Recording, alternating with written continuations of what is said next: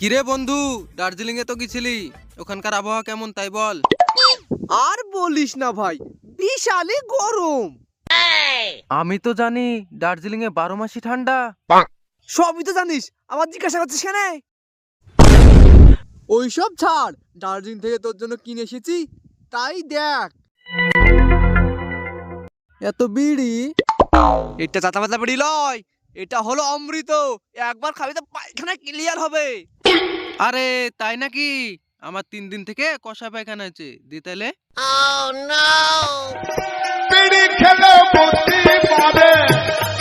বন্ধু, তুই দার্জিলিং থেকে আসি বিড়ি বিতরণ করছিস, আমাকে একটা বিড়ি দে। দুইটি ছিল, আমরা দুজনা লিনু। আমাদের গ্রামে তো লকডাউন চলছে, তাই বিড়ি পাওয়া যাচ্ছে না, এক টান দে। বিড়ি দিব না, দরকার হয় বাটালি যাই একতাল ভাত দিব। আমার কি ভাতের অভাব আছে? তুই এক টান বিড়ি দিছিস নি, ভাত কি কি দিবি? কেনে থালে দিব। দুদিন থেকে পেটটা ভুট ভাট করছে, যদি তুই এক টান বিড়ি দিতিস তাহলে পেটটা ক্লিয়ার হতো।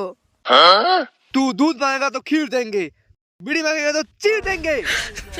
তোরা বন্ধু হয়ে আমার মনের কথাটা বুঝতে পারলি না? তোরা বন্ধু নামের কলঙ্ক, আজ থেকে সব সম্পর্ক শেষ। এত কষ্ট আর সহ্য করতে পারছি নি। বাড়িতে তো দেখছি কেউ নাই, যাই আব্বার পকেটে বিড়ি আছে দেখি কি।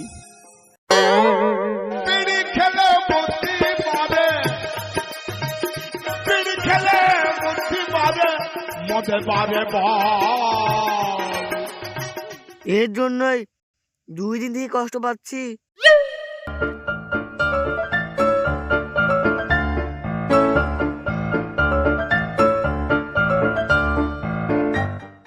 এবার পায়খানায় গিয়ে পেটটা ক্লিয়ার করে আসি। বেটা, কোথায় যাচ্ছিস? ওই পূর্ব পাড়ায় শিমুল ভাবিদের বাড়ি যাচ্ছি। বেটা, তোর বয়সে আমিও ভাবিদের কাছে গেছি, তুই যেন আকাশ ঘটাসনি। বাবা, কি যে বলো তুমি?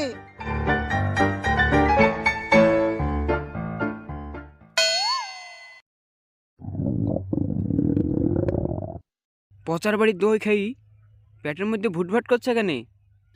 তাড়াতাড়ি পায়খানা যাই, না হলে আমার কাপড় নষ্ট হয়ে যাবে।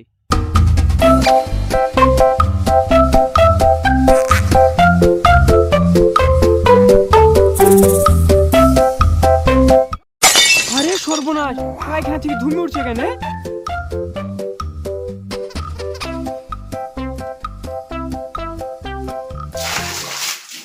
কোন শালা পানি ঢালো রে? বাবা তুমি? আরে শালার বেটা শালা, তোর এত বিড়ি কেন তাই বল।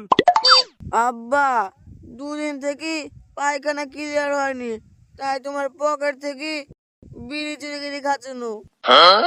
তাই তো বলি, আমার কাছে বেগুন কেন ধরে না? আজ তোর একদিন কি আমার একদিন। ওরে বাবা রে, আজ বুড়ি বলার খেপিছে, তাতে হিন্দি পালাই।